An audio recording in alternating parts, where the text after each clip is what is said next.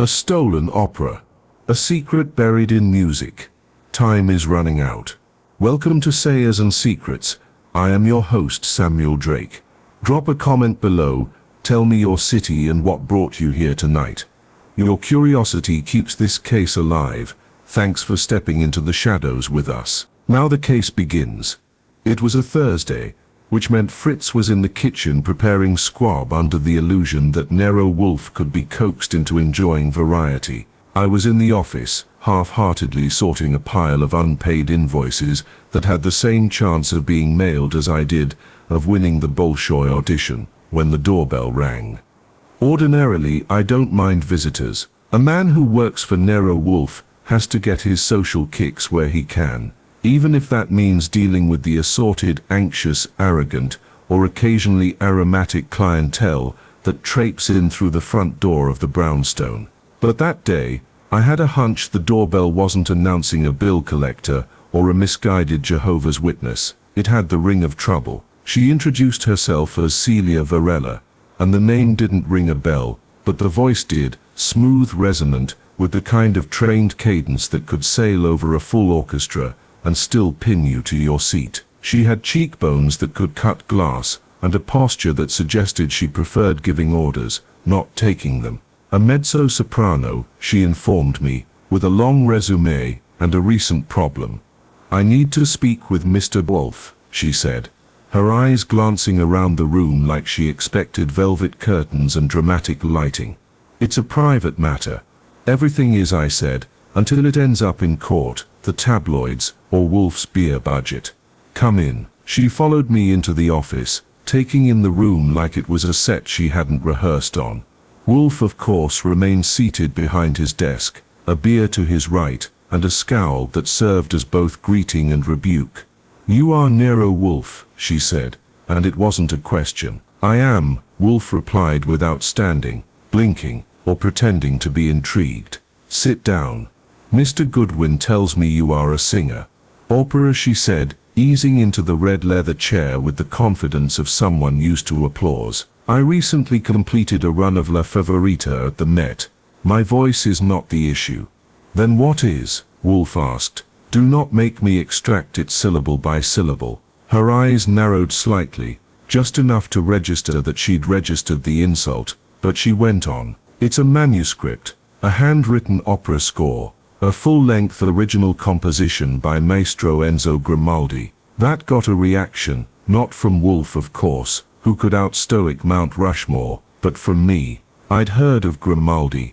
Anyone with ears had. Italian-born, scandal-ridden, brilliant, and twice as temperamental as the average genius. He'd died 5 years ago, but his name still turned up in music circles, especially when rare collectors started sharpening their claws. "I was the custodian of his final score," she said, lowering her voice. "He entrusted it to me before his death, said it was too important to leave to the legal scavengers. I kept it safe, until 3 days ago. Now it's gone." "Gone?" I asked. "Like misplaced, stolen, or borrowed by someone with a very bad sense of ethics." "Stolen," she said, crisp as a Q note. "From my apartment. Nothing else was taken."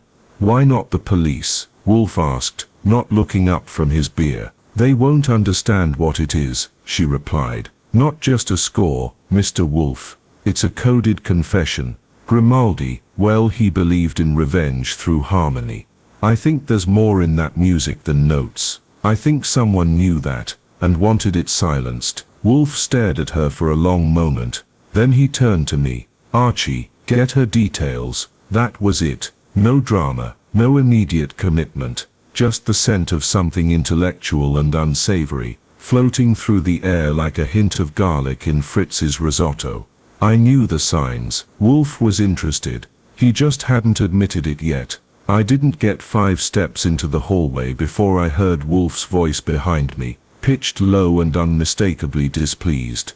"Archie, ensure we are not harboring melodrama. I dislike theatricality." That was rich, considering who he'd let into the house, but Wolfe's definition of theatricality usually meant anything that couldn't be solved with logic, beer, or browbeating. I gave him a grunt that could have meant anything from yes sir to don't sprain your vocabulary, and led Celia Varela to the front room to take down her details. She perched on the edge of the settee like it might rise beneath her and burst into applause. I sat opposite her, notebook in hand, pen loaded, senses pricked. When you've worked as long as I have under Nero Wolfe, you develop a radar for certain things. Her posture was all poise, but her hands, long fingers, no rings, faintly trembling, told me she wasn't here just to reclaim a lost manuscript. She was scared and trying very hard not to show it. Let's start from the top, I said.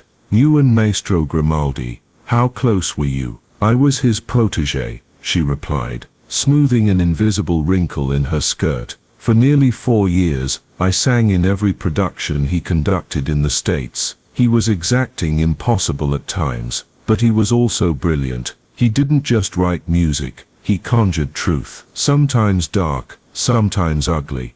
Did that truth come with enemies? Plenty. Grimaldi was not a tactful man. He wrote what he knew, and sometimes what he suspected. His enemies were composers he mocked, singers he dismissed, critics he dismantled in public, and she paused. Some powerful patrons who preferred their scandals off stage. My pen scratched across the page, and the score, the final opera, Il Segreto del Fuoco *, The Secret of Fire. He handed it to me before his final tour in Europe, told me never to show it to anyone until 2 conditions were met. I raised an eyebrow, which were, that he was dead, and that I was certain I was being watched. I paused, tapping the pen once on the pad. Sounds more like a spy novel than an aria. He was paranoid, she admitted, though there was no levity in her voice. But not without reason. All right, skip ahead. When did you notice it was missing? Monday morning. I keep it in a lacquered portfolio case, locked in my music cabinet. I hadn't looked at it in over a month. When I opened it to prepare for an upcoming recital, gone. No signs of a break-in. No, not a scratch. But someone had been there. I could feel it. The air was wrong. That was one for the poetic files. But I didn't press. Does anyone else have access to the apartment? Her hesitation was long enough to flag.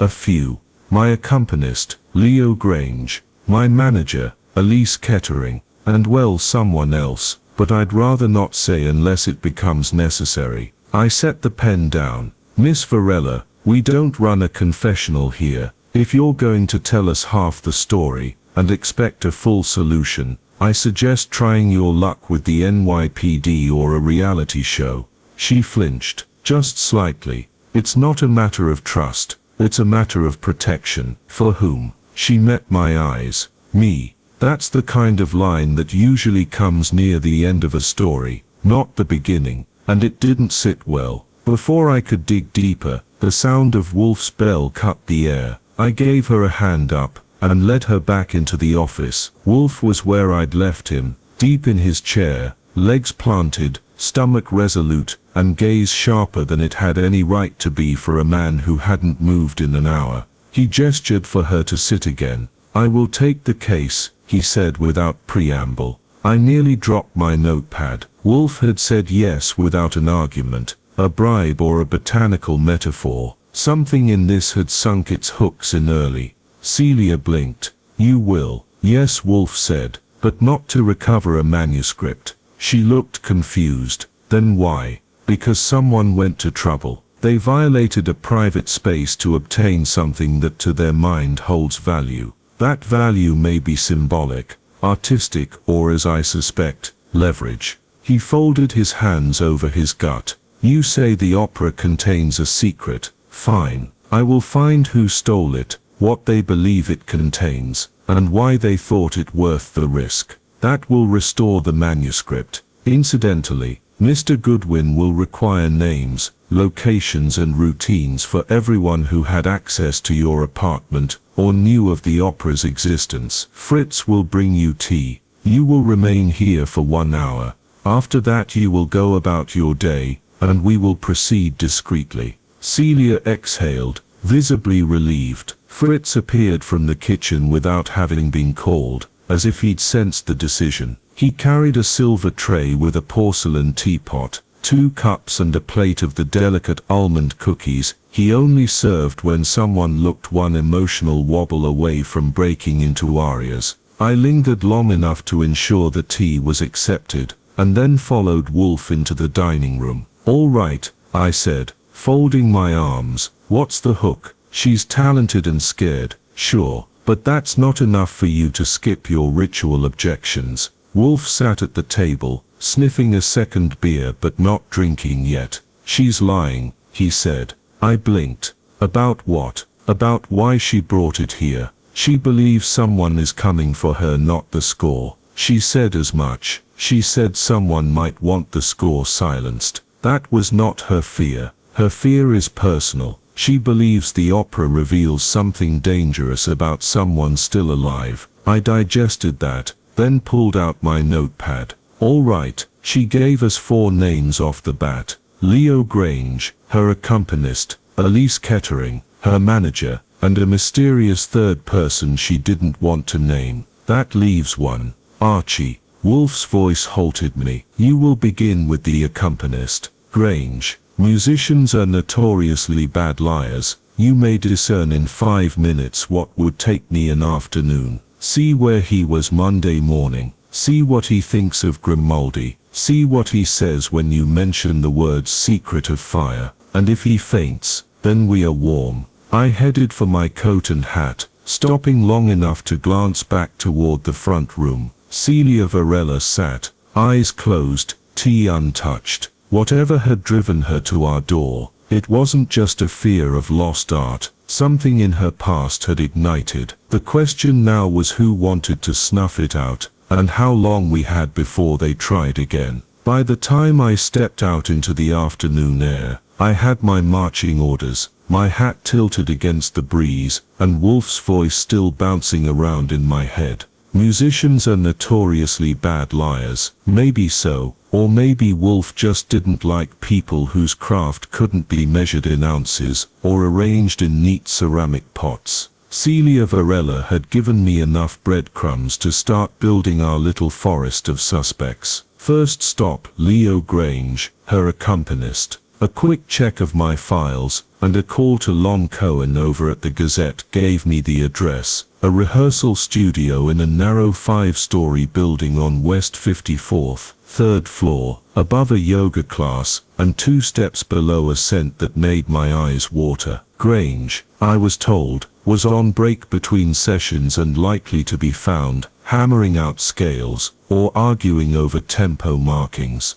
The elevator was out, naturally, so I hoofed it up, found the door with his name on a brass plate, and knocked. After a pause that suggested someone debating whether to respond, or hide under the piano, it opened. Leo Grange looked exactly like you'd expect an accompanist to look, neatly disheveled, 30-ish, with a widow's peak, trying to beat the rest of his hair to retirement. He wore a black turtleneck, wireframe glasses, and the expression of a man who suspected every knock was a bill collector, or a soprano with notes. "Yes?" he asked, one hand still on the doorknob, the other brushing a bit of lint off his slacks like he needed it gone for compositional balance. "Name's Goodwin, Archie Goodwin. I'm working with Nero Wolfe. Mind if I come in?" He didn't answer but stepped back just enough for me to take that as a grudging invitation. The studio was cramped, humid, and full of sheet music that might have outnumbered the cockroaches. A baby grand stood against the far wall, draped with a red velvet cover, and a stack of manuscripts tall enough to deserve their own zip code.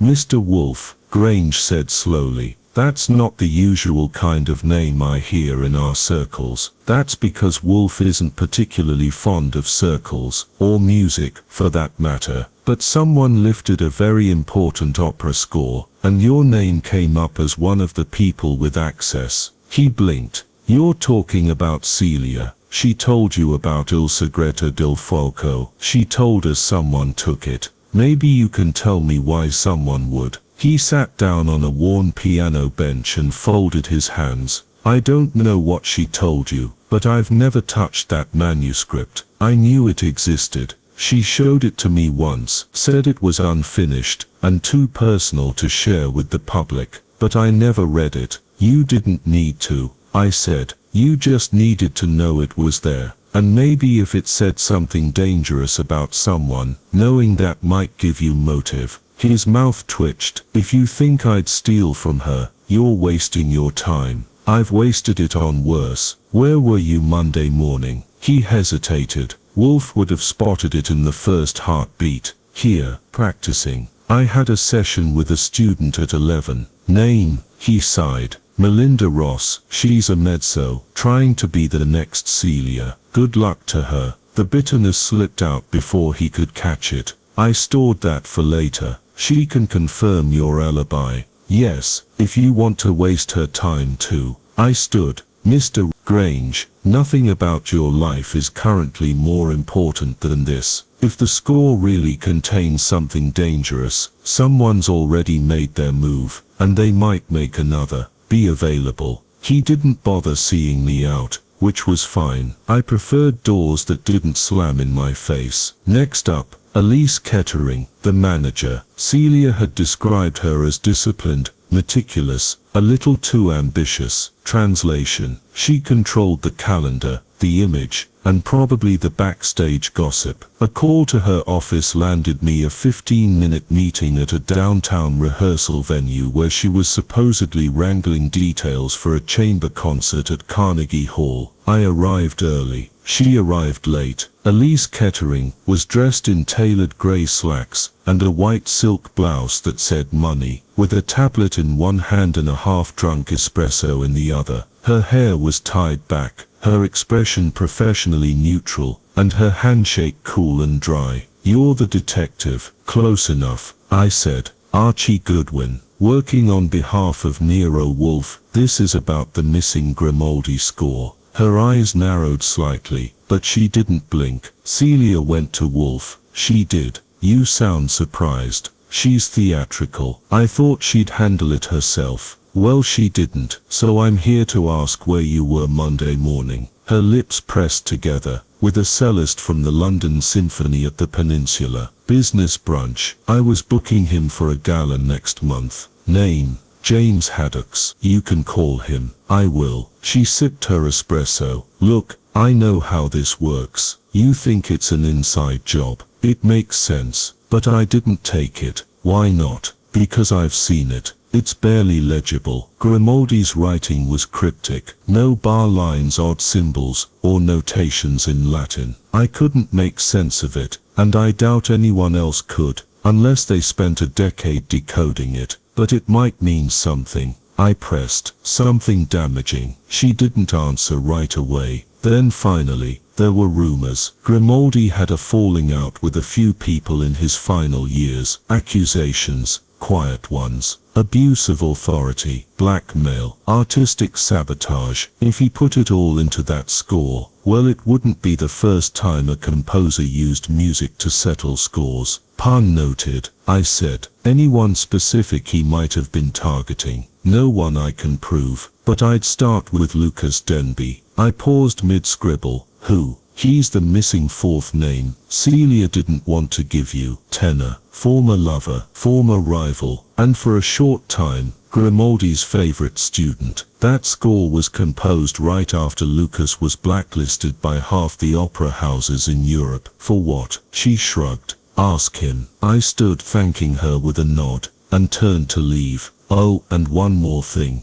she added. If someone has that manuscript and intends to use it, you won't need to chase them. They'll come to you, or to her. Why's that? Because Grimaldi's opera wasn't just a confession. It was a challenge to decipher it, perform it, and survive what it reveals. And that kind of temptation, she said with a dry smile, is rarely resisted. That bit stuck with me on the cab ride back. I'd left two suspects behind me, a nervous pianist, and an icy manager. And now we had a third, Lucas Denby, the hidden variable, the name Celia had kept out of reach. I got back to the brownstone just as the sun slipped behind the buildings. Wolfe was in the plant room, mid-orchid communion, which meant I had time to type up notes and pour a drink. But before I could finish the second paragraph, Fritz poked his head in. "Mr. Goodwin," he said, "there's a man at the door. He says his name is Lucas Denby." And just like that the circle began to close. Lucas Denby had the kind of face that made women lean forward, and men lean back. Strong-jawed, neatly shaven, and sculpted like it had been commissioned by a patron with very particular tastes. He stood just inside the vestibule of the brownstone, hat in hand, trench coat slung over one arm, and a subtle tension in his shoulders that told me two things right away. One, he wasn't new to being watched, and two, he didn't enjoy it. "I understand Celia's gone to Mr. Wolfe," he said, before I could offer the customary greeting or sarcasm. I thought it was best to come forward. That word "forward" sounded like it had been rehearsed, maybe even scored.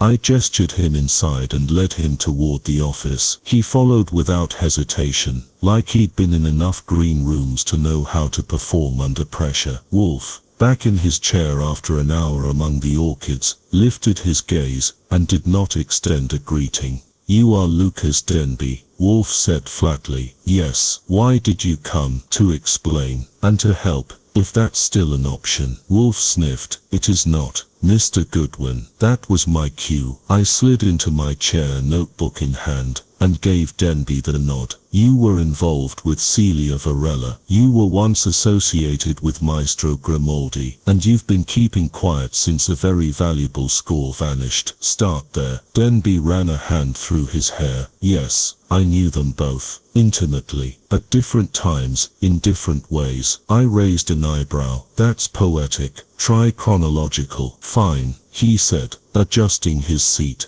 "I was Grimaldi's student in Florence. He recruited me after a performance in Vienna, said my voice had color, potential. He brought me into his private circle. For a time I was his muse, and then he turned. Jealousy, maybe, or suspicion. He accused me of stealing a melody he'd been working on, and passing it off to another composer, which I didn't. But your career took a dive after that." "Yes." His mouth tightened. "He was revered. I was dispensable. Word spread. Doors closed. I left Europe. Straight to Celia." "No, that came later. We met during a charity performance in Boston. She didn't know the full story. Not at first. When she found out, she tried to help. She hid the score from you. She told me about it, but she never let me see it." "Did you ask?" "More than once, but she said it wasn't ready, that it was dangerous, that Grimaldi had written it as a confession, something to punish the people who betrayed him. People like you." He looked at me squarely. "If you believe that, then there's nothing I can say. But I didn't take the score. I didn't even know it had been stolen until this morning." I scribbled a note. "Where were you Monday morning?" "Teaching a master class at Juilliard. 10 a.m. to noon. Check the roster." Wolfe grunted. "We shall." I leaned forward. "Why show up now, Denby?" He hesitated. "Because I think I'm being followed." Wolfe's eyes narrowed. "Describe." "A man. I've seen him twice this week. Grey coat, unshaven, always reading something when I pass by, never turning pages. Once outside my building, once near the rehearsal hall. I didn't think much of it until I heard about the score." "Did you tell Miss Varela?" "No, I hadn't spoken to her in weeks. Not since." He paused. "Since she said she might finally read the opera." "Why then?" "She was rehearsing a recital that included one of Grimaldi's lesser-known arias. Said it stirred something." Wolfe's fingers steepled. "Thank you, Mr. Denby. You will leave your contact information with Mr. Goodwin, and remain available." Denby stood slowly. "I don't know what's in that manuscript, but if it's as dangerous as she says, then we're all in trouble." He left with less flair than he arrived, which for a tenor was admirable. I turned to Wolfe. "Well?" Wolfe closed his eyes briefly. "He believes what he said. That does not make it true, but it narrows the frame. He's got a plausible alibi,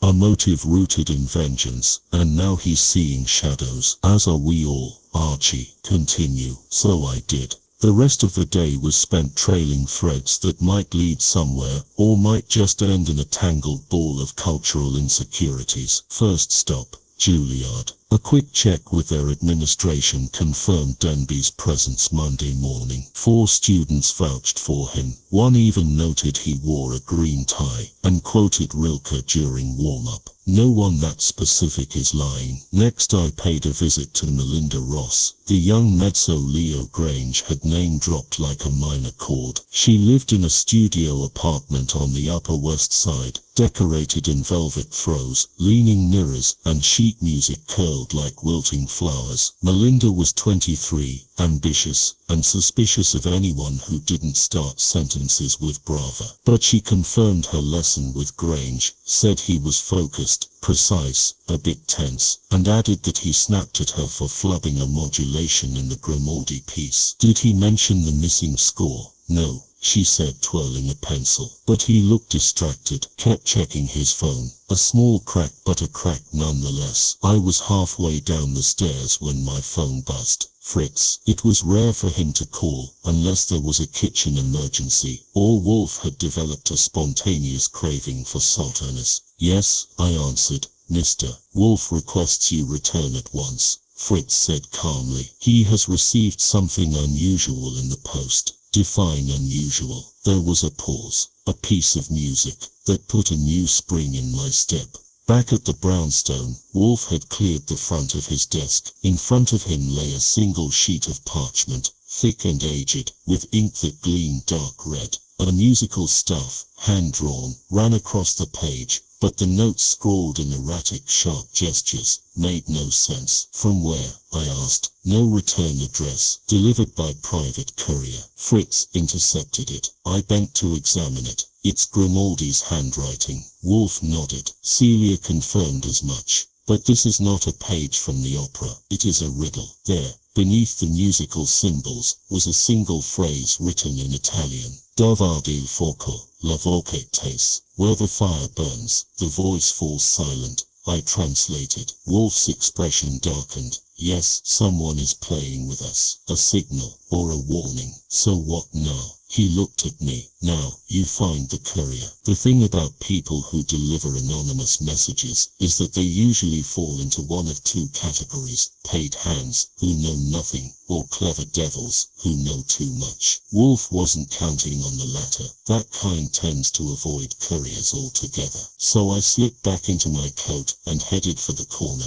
where Fritz said he'd intercepted the delivery. A tall kid, with a clipboard, and a messenger's pouch, about 22, polite and twitchy. The kind who says sir a lot when nervous and bro a lot when relaxed. The delivery address had been scribbled in ink, no name, just N. Wolfe Private Office, which narrowed it down to about 1 address in the whole of Manhattan. The kid had no idea who the sender was. The job had come in through a downtown dispatch service. Courier Prime, out of a storefront on 10th Avenue. I tipped the kid and made my way down. Courier Prime was what you'd expect. Bare concrete walls, a buzzing fluorescent light, and a bored receptionist playing solitaire on a cracked screen. I flashed my license and laid down my best dry charm. I'm not NYPD, I don't carry a badge, and I'm not here for a warrant. But if you're willing to help avoid a potential crime involving a missing opera manuscript, we could call this a civic duet. She looked me over, decided I wasn't dangerous, just irritating, and called the manager. His name was Denny Marks, and he had the build of a long-distance cyclist, and the temperament of a long-distance complaint. I showed him the envelope, clean, no prints, and described the delivery. To his credit, he didn't waste time with questions about legality. Instead, he tapped at his tablet. We log the senders by initials, if it's anonymous, he said, but we do keep handwriting samples. He pulled up a scanned form. The sender had signed NG, and the handwriting matched the note on Wolfe's desk. Do you get many NG? A few, but only one recently. He passed me the info. Cash paid, downtown drop-off, 2 days ago. A man in his 60s, well-dressed, with a slight accent, looked like an art professor. The only thing he said, make sure it gets to Mr. Wolfe. I filed that away and headed back uptown, where things had begun to take a darker turn. When I walked through the front door, Fritz was waiting, not with beer or lunch, but with a look that said the brownstone had been disturbed again. What now? I asked. He pointed to the dining room. There, on the table, was Wolfe's spice rack. Now, unless you've lived in the brownstone for more than a week, that might not strike you as catastrophic. But if you knew Wolfe's routines, you'd know he didn't just like things where they belonged, he required it. The spice rack belonged in the kitchen, not on the dining table, not moved, not touched. I approached it carefully. Every glass jar was intact. Oregano, tarragon, cinnamon, cumin. I picked one up. Tarragon. Unscrewed the lid. It smelled faintly off, like it had been left open too long or swapped for something else. Fritz? Yes? He stood like a man betrayed. Did you move this? I did not. Anyone in the kitchen today? Only me. Until I returned from the market at 3. Wolfe entered then, a glower already forming. Mr. Goodwin, someone's been playing with your pantry. He crossed to the table and examined the rack with a scowl worthy of Greek tragedy. They were looking for something, he murmured, or placing something. You think they broke in? No sign of forced entry. And yet, he picked up the tarragon, held it to the light, then he walked to his desk and pulled out a magnifier. He turned the jar slowly, scrutinizing the threads at the neck. Then he set it down. Someone was here. Briefly, with precision. Maybe they planted a bug. Then we shall have it found. He called Saul Panzer. Now if Wolfe is the brain and I'm the legs, Saul is the scalpel. Silent, deadly, and always 2 steps ahead. Within an hour he arrived with his black case of tricks and did a sweep. The kitchen, the dining room, the office. Behind curtains, under furniture, even behind the thermostat. On the underside of the dining table, taped neatly to the central beam, was a tiny wireless transmitter, barely bigger than a pencil tip. Modern, expensive, and still warm. Wolfe didn't raise his voice. He didn't need to. He turned to me. They are watching, which means they are nervous. Saul packed the device carefully. It's new tech, military grade. Someone's got sources. Wolfe's nostrils flared. That confirms it, he said. The opera contains something someone very much wishes to control or conceal, and they believe Miss Varela or I may decode it. I looked around the room. So what now? Change all the locks? No, Wolfe said. Now we feed them lies. He ordered Fritz to prepare a new tea service for Celia, who as it turned out had just returned from a short walk and was unaware of any breach. Wolfe summoned her to the office, where he proceeded to stage a performance of his own. Miss Varela, he said calmly, I believe the score will be returned. The note we received today was not a threat but a signal of negotiation. Her eyes widened. You think they want to deal? Wolfe nodded. They are curious about what you know. They wish to control your movements, but they have not harmed you, because they are waiting for your reaction. Celia's hands tightened on the armrests. So what do I do? You act as though you have already deciphered the opera. She blinked. But I haven't. Precisely. But they do not know that. He leaned forward slightly, which for Wolfe was the equivalent of pounding the desk. You will go about your schedule. You will mention in select places, loud enough to be overheard, that the manuscript has been interpreted and that you intend to reveal its secrets at the upcoming recital. Celia paled. Isn't that dangerous? Only if you make it real. You are not to perform anything by Grimaldi. You will sing selections from other composers, but let it be believed otherwise. I chimed in. You want to draw them out. Of course. They must think their time is limited, that their secrets will be made public. Then they will act, and if they act violently, they will not yet. They are operating under the illusion of control. We must invite them to overstep. Celia nodded slowly. Her voice steadied. All right, I'll do it. When she left, Wolfe turned to me and Saul. I want the building watched. Anyone who enters who is not named, we find them. Anyone who follows her, we follow them. And the jar? I asked. Tarragon, he muttered. Always a ridiculous herb, but I could see it in his eyes. He was amused, because now, finally, the game had begun on his terms. The trespass had been subtle, but the bait was now in place. The next morning started with eggs, toast, and a phone call that made me wish I'd stayed in bed. Celia Varela had been followed again, this time not just by a man with a paperback pretending to read on a bench, but by a dark sedan idling too long outside her building, then trailing her 2 blocks uptown, before she ducked into a boutique and lost it. She described it to me on the phone.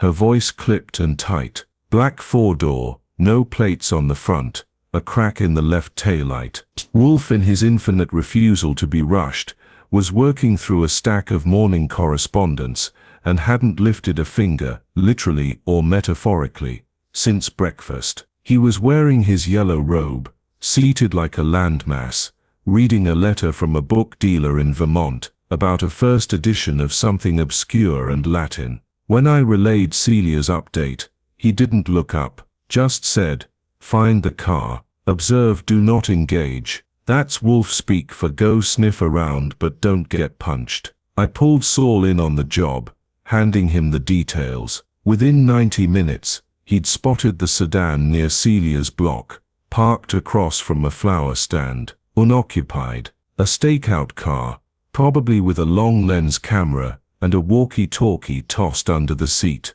We took turns keeping eyes on it, snapping photos of the driver when he returned, mid-40s, tan jacket, salt and pepper beard, mirrored sunglasses. Definitely not Grimaldi's ghost. Saul trailed him 6 blocks, then lost him when the guy did a sudden turn and ducked into a parking garage. Back at the brownstone, I reported in. "They're ramping up," I said. "Whoever they are." Wolfe finally deigned to speak. "They are afraid of exposure, not of theft. It confirms my suspicion. The score contains knowledge that cannot be dismissed." He turned toward the spice rack, which Fritz had restored to its rightful place in the kitchen, now freshly dusted and unbugged. "That transmitter.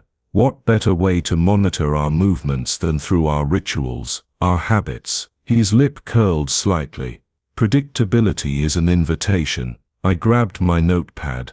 "Then let's disrupt the routine." "Indeed," he said, with a faint glint. "We shall turn the mirror toward them." He tasked me with calling Celia to confirm her upcoming recital and instruct her to alter the program again, this time to include a Grimaldi piece after all. Not Il Segreto del Fuoco, of course, but a short work from an earlier period, something public, familiar, harmless. But let it be known, Wolfe said, that the work was chosen as a tribute to his final, unreleased manuscript. And let it leak that she's dedicating the performance to a figure Grimaldi, once accused of betrayal, I added, catching on. Wolfe's eyes gleamed. Precisely. We were no longer just investigating a theft. We were drawing lines on a chessboard and letting the queen stand in plain view. That night, things escalated. It was Saul who found it first. While scanning the security footage from the brownstone's side entrance,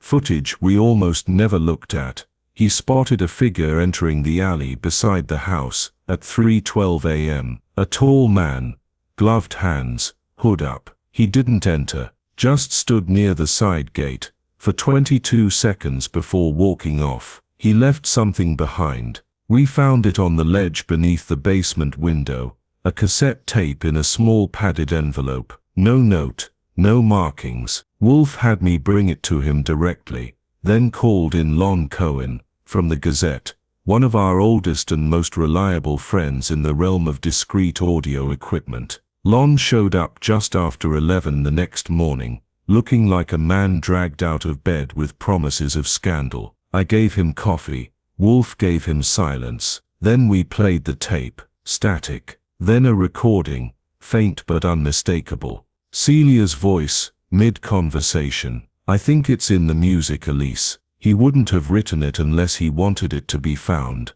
Then Elise Kettering's voice, tense and close to the mic. You don't know what's in there, Celia. It could destroy people. A pause.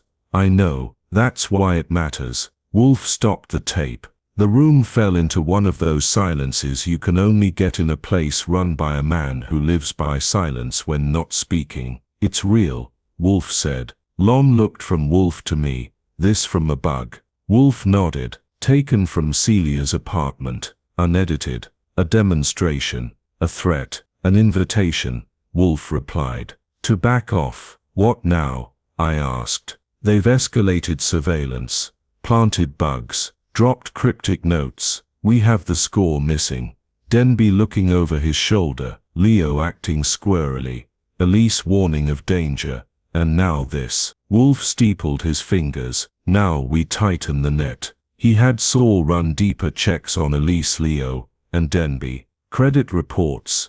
Apartment security logs. Bank flags. Nothing turned up criminal, but there was a note in Leo Grange's financials. A recent deposit of $12,000 from a consulting firm in Geneva. That might have been normal if Leo had ever consulted on anything more complex than a Schubert lieder. Saul reached out to a contact in Europe and confirmed the firm was a shell tied to one of Grimaldi's former patrons, a Count Bianchini, last seen investing in rare manuscripts and fighting lawsuits over forged Italian opera scores. So we had a trial. From Grimaldi's unfinished opera, to Celia's music cabinet, to a bugged conversation, to a deposit tied to a nobleman with a taste for fraud. I handed Wolfe the printout of the bank deposit. You think Leo sold the score? No, Wolfe said. I think Leo handled it. For someone else. And Elise, she knew about the score's content, but she warned Celia. She didn't exploit it. She is ambitious.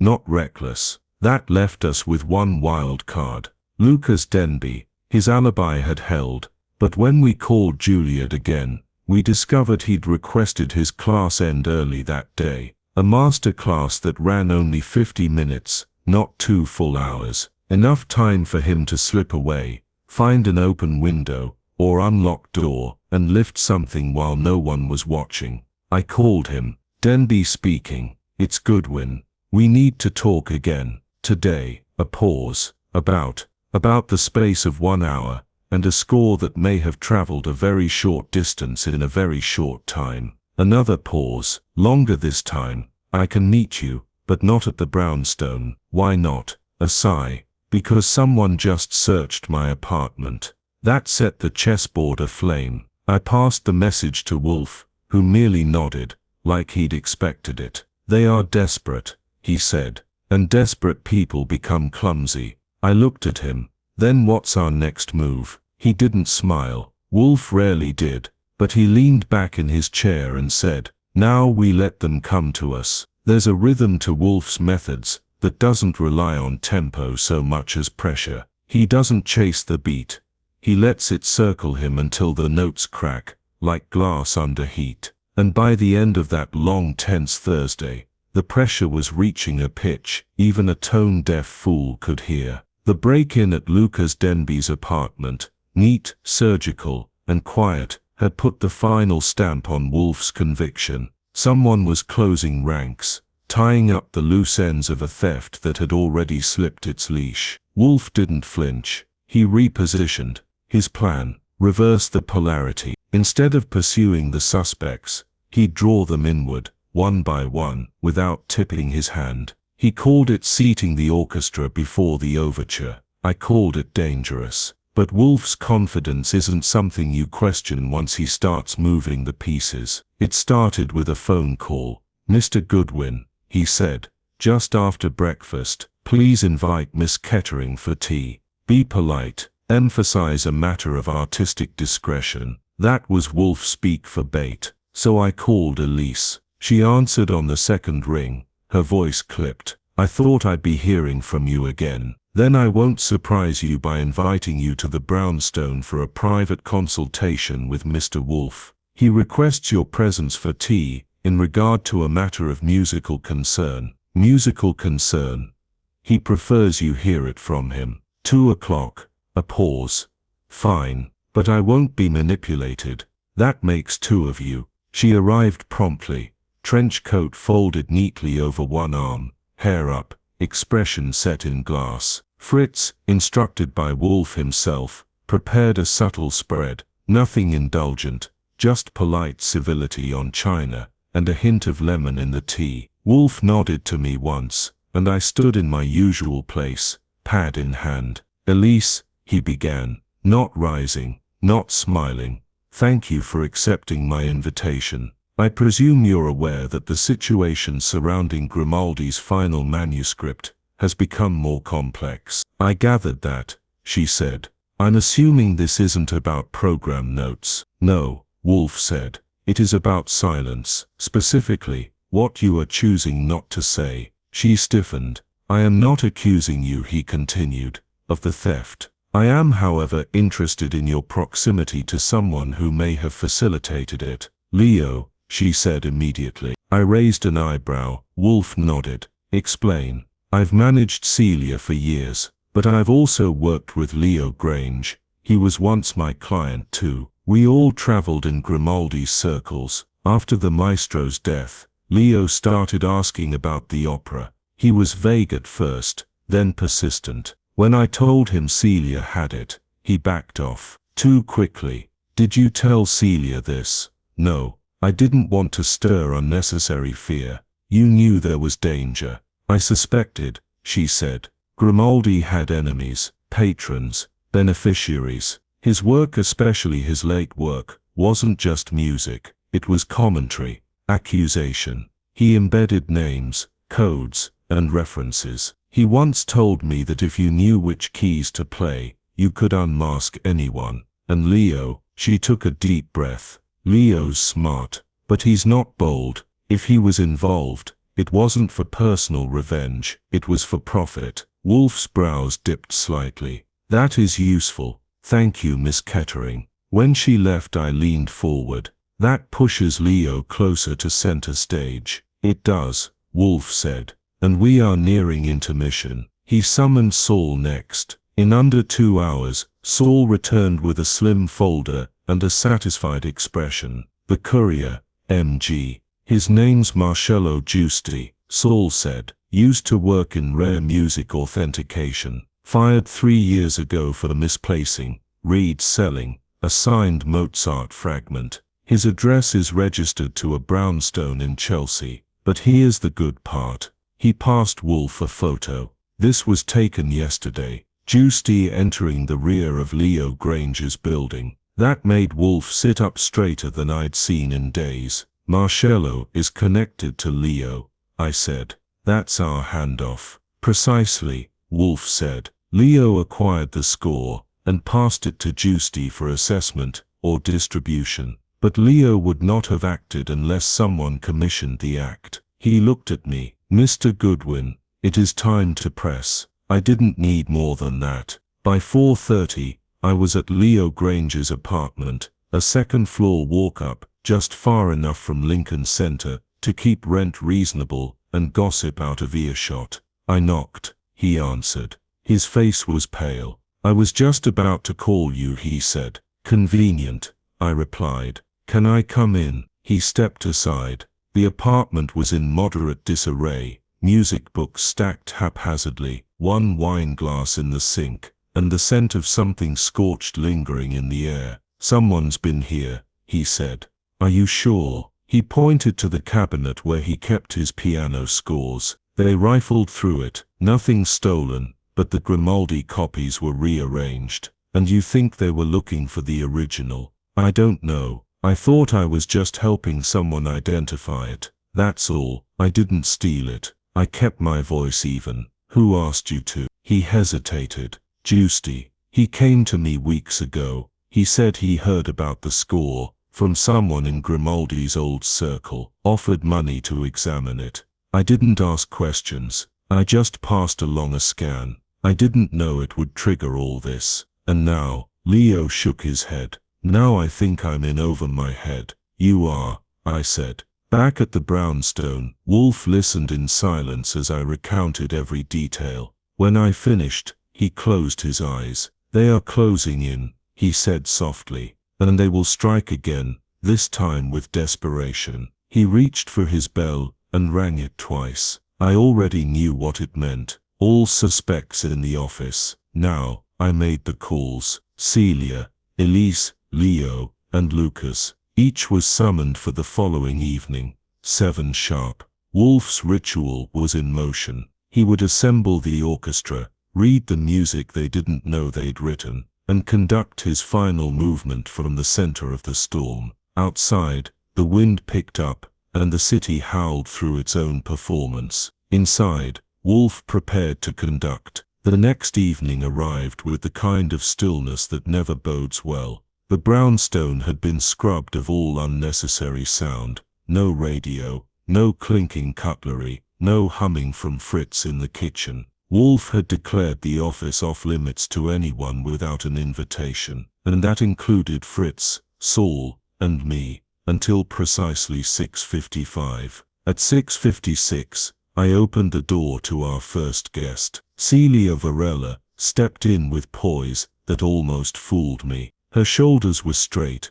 her eyes calm, but her left hand trembled slightly when she handed me her gloves. She was dressed in a navy wool coat and a grey scarf. Her stage presence dimmed, but not extinguished. "Elise is parking," she said softly. "Lucas said he'd walk from the train. And Leo," she hesitated, "said he'd come." He sounded different. Different was putting it politely. When I'd called Leo earlier, his voice had cracked twice, and he asked, not once but 3 times, if the police would be involved. I didn't confirm or deny. Wolfe wanted anxiety to take the lead tonight. At 7 o'clock sharp, they were all seated, 4 of them. Celia, Elise, Leo, and Lucas. Wolfe sat behind his desk, a fresh beer untouched, his hands folded. I stood at my usual station by the globe, notebook in hand, a fly on the wall with an open ear. Wolfe began without fanfare. "I have asked you here to resolve a matter of possession, intention, and injury. One of you has taken, or caused to be taken, the final manuscript of Enzo Grimaldi's opera, Il Segreto del Fuoco. The others have, knowingly or not, participated in its concealment or distribution." He paused. The room held its breath. This was not done solely for profit, nor for art. It was done to protect a secret, one encoded in the opera itself. That secret is the name of the person Grimaldi believed responsible for sabotaging his final European commission and ending his career in Vienna. Eyes shifted. Leo Grange sank slightly into his chair. "I have learned," Wolfe continued, "that Grimaldi encoded names, events, and confessions in his late work through a cipher, musical motifs paired with linguistic syllables and historical cross-referencing, a technique he used once before, in Mare Tenebris, to embed his accusations against a former patron. The method is real, and the accusations, though never spoken aloud, were understood by those who knew his mind." Wolfe's voice lowered slightly. "In Il Segreto del Fuoco, the central aria includes a repeating theme built from the letters D. That is not a coincidence.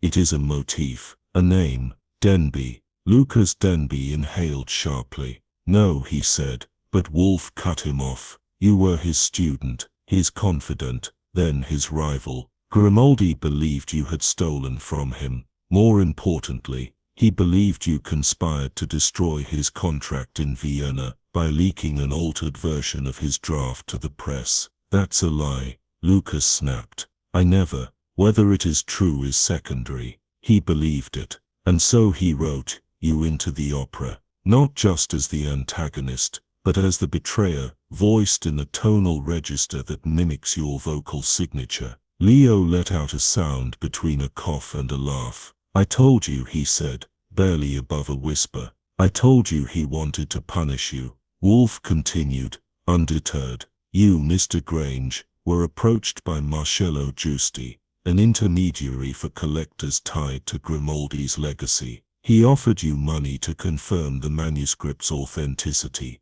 You scanned part of the score and sent it. You believed it harmless. Leo nodded once. I didn't think he'd steal it. But he didn't steal it, Wolfe said calmly. You did. Silence. I didn't. Leo stammered. Yes, you did. You removed the score from Celia's apartment while she was out. You used the spare key she'd once given you during a previous tour. You didn't force entry. You knew her rehearsal habits. You told Giusti where to collect it, and were paid accordingly. Elise stood up. If that's true, it is, Wolfe said sharply. And yet Mr. Grange did not act alone. He was motivated not merely by money, but by pressure. Wolfe turned his eyes back to Lucas. You told Giusti where the score was. You told him Celia had it. You told him the opera contained Grimaldi's Revenge, and you wanted it silenced. Denby rose to his feet. This is outrageous. I never said. You asked to see the opera. She refused. So you ensured it would be taken.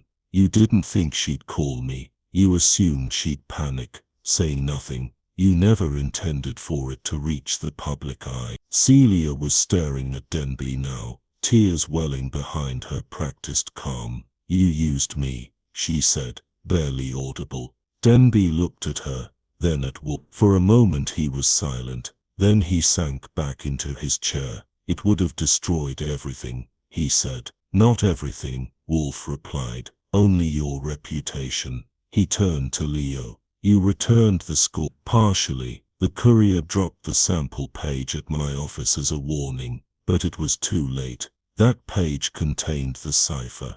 That's how we knew. The rest remains hidden. I burned it, Leo whispered, after I realized what it said. You're lying, Wolfe said. You are many things, Mr. Grange, but you are not a vandal. You have it, in a climate-controlled box, hidden away. You want absolution, not destruction. Leo looked up at him. Can I keep it from them? No, Wolfe said simply, but you can return it. If not to the world, then to Celia. He turned his gaze to Elise. You tried to warn her. You didn't fail. And then finally, to Celia herself. You were correct. It was never about the music. It was about the man, and the echo of his pain. She nodded once, slowly. I'll arrange for the opera to be archived, she said, silently. No fanfare. Wolfe closed his eyes, the room heavy with what had passed. The score would not be published.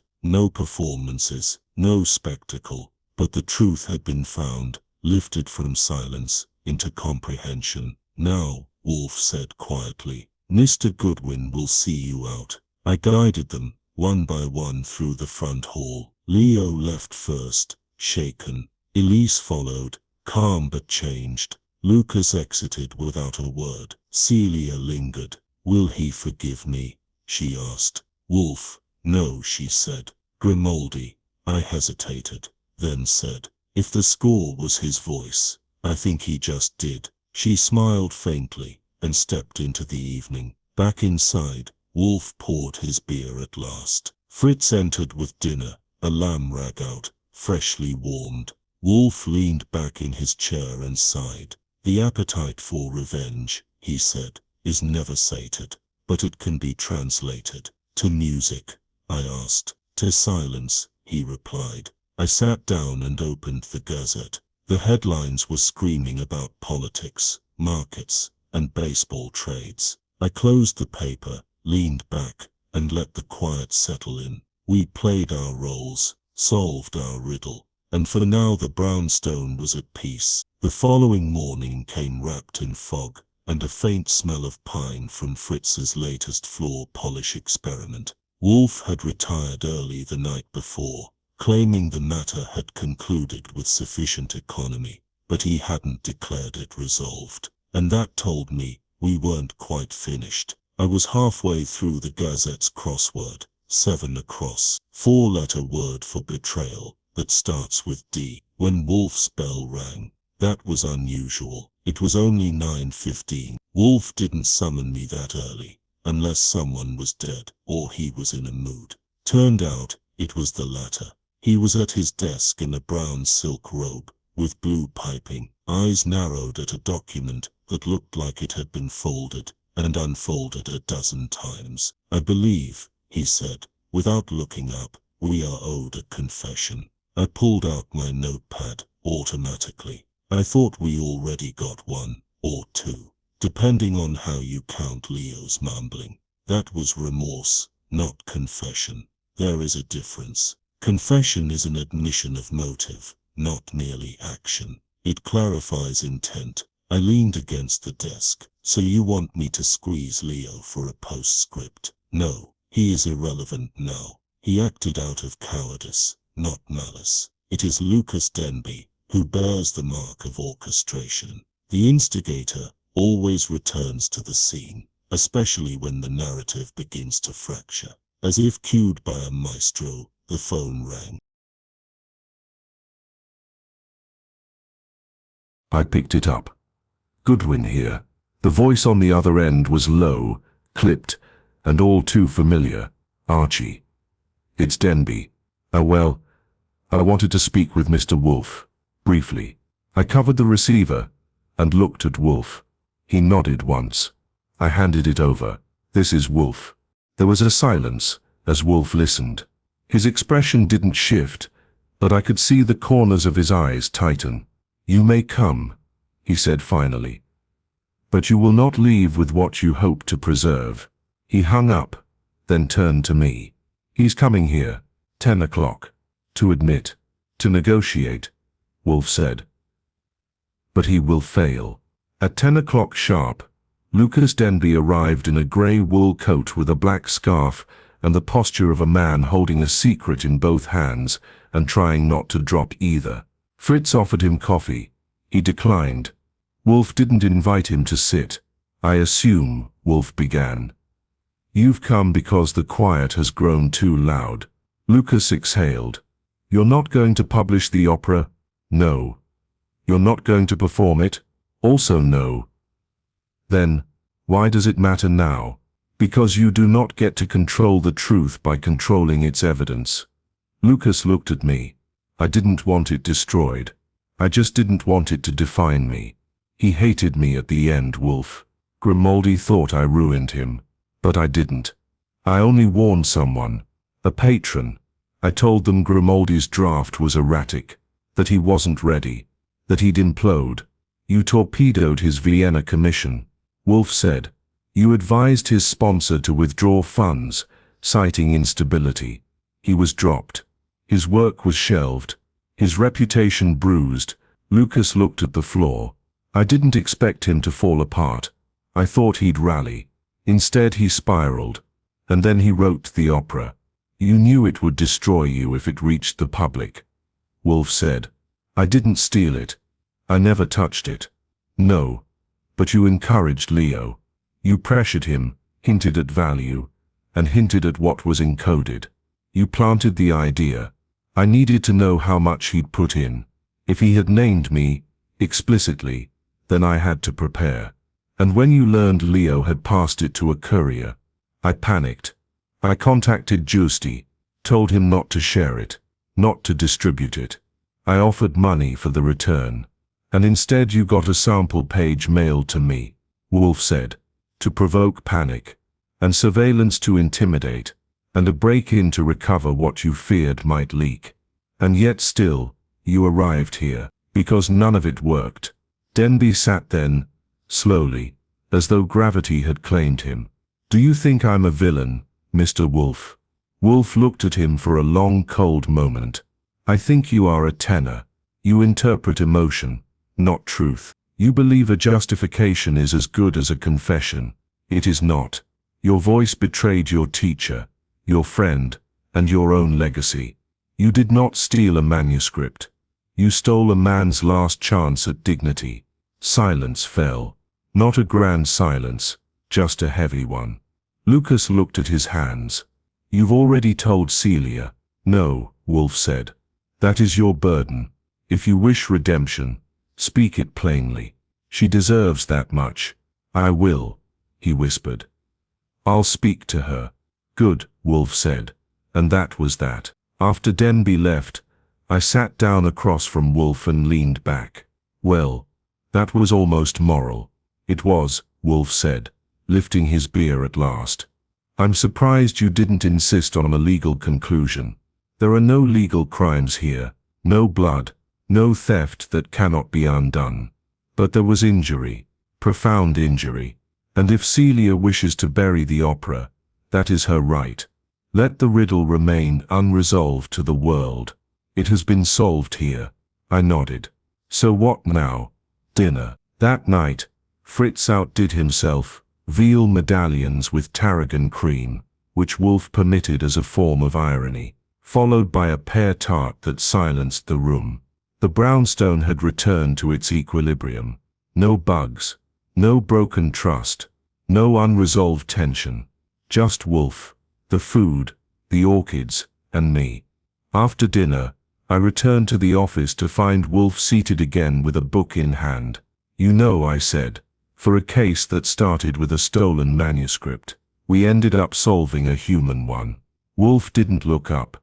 All injuries begin with a mission, Archie. Not violence, not betrayal. A mission, the failure to say what should be said.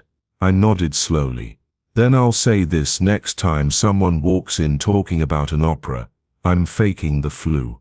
Wolfe grunted, which meant he'd heard me. Outside, the city hummed its usual tune. Inside, the silence of resolved music filled the brownstone like the last note of a long dissonant symphony. We didn't clap, we simply let it end. The morning after the resolution of the riddle in the stolen opera score, the brownstone was unusually quiet, not in the tense ticking way that had haunted it over the last week, but in that rare satisfying silence that only comes once Wolfe has wrapped a case and found no need to launch into philosophy or recrimination. I, for one, appreciated it. I had slept an extra hour, shaved with a little more enthusiasm, and was nursing my second cup of coffee when Fritz tapped on the office door. Miss Varela is here. Wolfe didn't lift his head from the book he was pretending to read. Show her in. Celia entered like someone arriving to pay respects after a storm, shoulders back, hair pinned, her eyes carrying both clarity and something else I couldn't quite name. Relief, maybe, or resolve. She wore no makeup this time, which made her look younger, less polished, but more herself. She greeted Wolfe with a nod and gave me a glance that said thank you without saying it. Then she sat. I've spoken to Lucas, she said. Wolfe closed his book and placed it gently on the desk. And hand. He told me everything. Not just about the opera or the sabotage, but his part in it, Grimaldi's downfall. He didn't defend himself. He just admitted it. Redemption is not theatrical, Wolfe said. It is simple and quiet. She smiled faintly. That's a hard lesson in our world. You are returning the score. Yes, she said. I've taken steps to archive it privately, a restricted holding at the Grimaldi Foundation in Milan. It will not be published, but it won't be destroyed, and it won't be silenced by cowardice. I scribbled a quick note in the corner of my pad. Justice tempered. Wolfe inclined his head slightly. That is appropriate. The opera was never meant to be heard. It was meant to be understood. Celia nodded. He was a difficult man, but he deserved that. A moment passed, not awkward, but weighty, as if each of us was sorting through the aftermath in our own way. Finally she turned to me. I owe you thanks, Mr. Goodwin, for how you handled this, for what you didn't publish, didn't push, and didn't ask me to perform. I gave her a modest shrug. Just doing my job, ma'am. I leave the performances to the professionals. She smiled, then stood. I'm leaving New York for a while. Salzburg, then Florence. Time to sing in peace. You've earned it, I said. After she left, the office resumed its natural state. Wolfe in his chair, beer at hand, and me at my desk tapping out the final report. I had just finished typing the words "client satisfied," file closed, when Wolfe made a sound. Archie. Yes. There is something I wish to clarify. I turned in my chair. Clarify away. You have referred to this case as a mystery about a manuscript. It was not, nor was it about the theft of paper, or the codes within it. I waited. Wolfe didn't need encouragement when it came to lectures, but I knew when to let him shape the moment. It was about omission, he said. The omission of truth between colleagues. The omission of remorse between rivals. The omission of protection between a manager and her artist. I nodded slowly. And our job was to insert truth, to excavate it, he said, and ensure it was not buried again. You know, I said, I've seen you unravel blackmailers, embezzlers, and 3 kinds of murderers. But I don't think I've ever seen you get this riled over a piece of music. Wolfe grunted. It was not the music. It was what had been buried in it. I grinned. Don't let Saul hear you. He's still convinced you only care about orchids and roasted squab. Wolfe sniffed. Saul is not incorrect, but even I find offense in the deliberate misuse of memory. Now that was Wolfe's version of being sentimental. I let it sit in the air while I leaned back, laced my fingers behind my head, and watched as Fritz entered with the lunch cart. He rolled in a tureen of mushroom bisque, fresh-baked brioche, and a small porcelain plate of pickled beets. Wolfe's eyes lit up at the sight of the bisque, an unspoken affirmation that equilibrium had been restored. I picked up my spoon. You know, this place could use a few days without any baritones or tenors darkening the doorstep. You are free to take a holiday, Wolfe said. Sure, I said. I'll just ask the world's chaos to pause until I get back. Unlikely, Wolfe replied. After lunch, I stepped out for air. The streets were normal again. Delivery vans honking, kids skipping school, and an old man arguing with a cab driver in fluent sarcasm. The kind of soundtrack that made New York its own opera. I stopped by Saul's apartment to drop off a copy of the summary report and ended up staying for 20 minutes while he recounted another angle he'd dug up. Apparently Giusti had fled to Montreal once the manuscript vanished and was now pursuing spiritual stillness in the company of a rare bookseller and a retired violinist. I made a mental note to never follow that trail. When I got back to the brownstone, the orchids were being watered, the kitchen was quiet, and Wolfe was out of sight, likely in the plant room speaking gently to a stubborn hybrid he'd named after a Hungarian chef. I sat back down at my desk and looked over the case file again. No arrests, no headlines, no courtroom drama. And yet, the air felt cleaner, the balance returned. Sometimes justice doesn't come with handcuffs or headlines. Sometimes, it comes with reflection. I leaned back and stretched. The brownstone had been disturbed, observed, bugged, baited, and dusted. And still, it stood, Wolfe's fortress of logic, ethics, and carefully scheduled meals. Order had returned, the client was satisfied, and all debts, literal or moral, had been accounted for. As I filed away the last folder and poured myself a final glass of milk, I'm that kind of rebel. I thought about Wolfe's closing line from the night before. All injuries begin with omission. Maybe so, but some endings, I figured, begin with silence. And for once silence suited me just fine. Until the next bell rings.